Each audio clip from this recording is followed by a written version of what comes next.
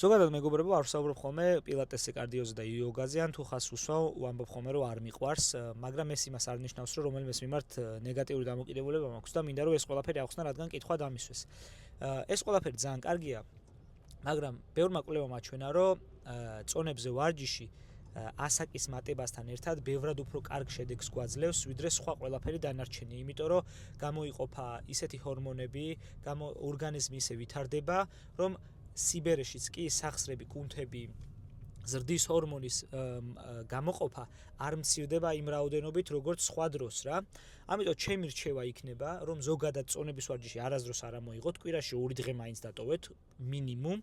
3 დღე თუ ივლით ან 4 დღე ძალიან კარგია და მაგის გარდა თუ მოგწონთ პილატესი, იოგა, ზუმბა, ცეკვა, ცურვა, ნებისმიერი აქტივობა ძალიან კარგი არის, შეგიძლიათ ჩაამატოთ. მაგალითად, თუ გაქვს დღეში, კვირაში 4 დღე გამოყოფილი, 2 დღე მინიმუმ ივარჯიშე და დანარჩენი შენთვის სასიამოვნო აქტივობა ჩაისვი, როცა გინდა. ძალიან კარგი იქნება. სიხარულის და ბედნიერების ჰორმონების გამოიყოფა კარგი რაოდენობით და პლუს შენი ორგანიზმი, კუნთები, ყესები, ძვლოვანი სტრუქტურა განვითარდება და სიბერეში არ გაგრძნობირებს, რომ ახალგაზრდობაში ზარმაცობდი რა.